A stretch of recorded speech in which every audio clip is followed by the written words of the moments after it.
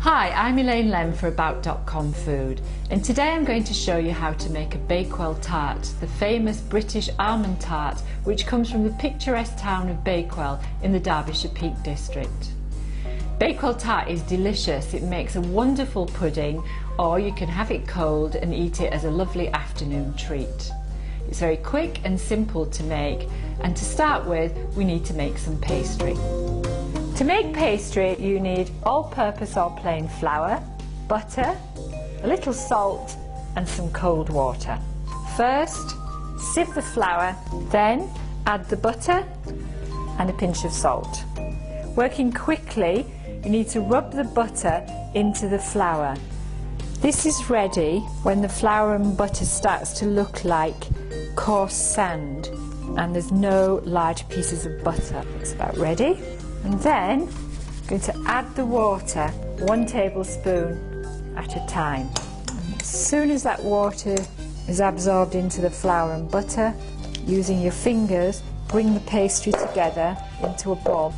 This now needs to be wrapped in plastic wrap and popped into the refrigerator for about 15 minutes or 30 minutes if you can.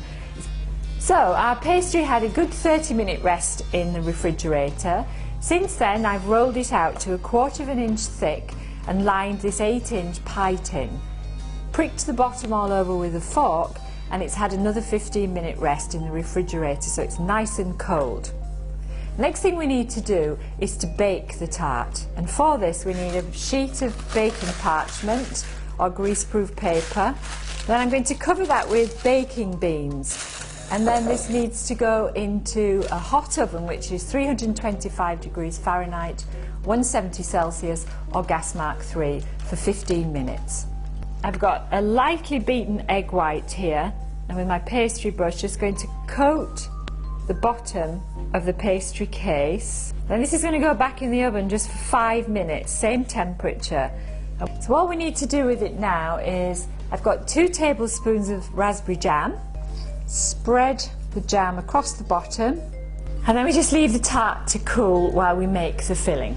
So to make our filling, we need a glass baking bowl. We're going to add the butter and the sugar, and with an electric hand whisk we're going to cream the sugar into the butter.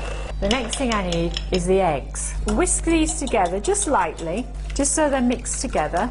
And then again with my hand whisk, just going to add the egg into the mixture a little at a time. And finally to this I'm going to add the ground almonds and the lemon zest. Fold the ground almond into the egg mixture. Just add the mixture. And then very gently, not pressing too hard, we don't want to knock all the air out of this.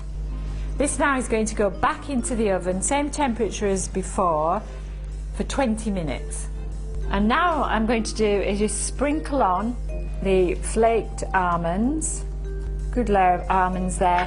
This now goes back into the oven for another 20 minutes and then it will be ready. Thank you for watching.